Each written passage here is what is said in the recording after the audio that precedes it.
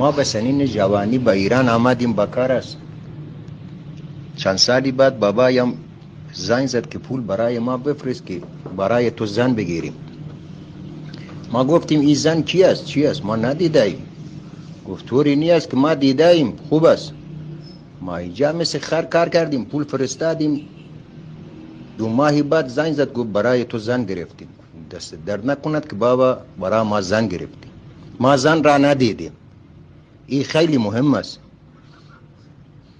1 سال گذشت است، دوباره زنگ زد که پول برای ما بفرست که برای تو عروسی بگیریم. گفتیم بابا که عروس تنها است، داماد بغلش کی میشیند؟ فقط ما پول کار میکنیم، پول میدیم. کی عروس است؟ کی داماد است؟ گفت خفه شو کوسکش، پول بفرست که ما اینجا عروسی است.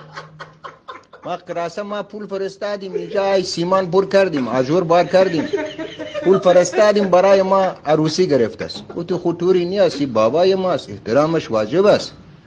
6 ماهی که گذشت است. گفت چرا پول نمیفرستی؟ تو خود دیگر چی است که عروسی کنه ما نیامده‌ایم. گفت کوسکش بچه‌ات به دنیا آمده است، چرا پول نمیفرستی؟ گفتیم بابا کی کرده است؟ کی خورده است؟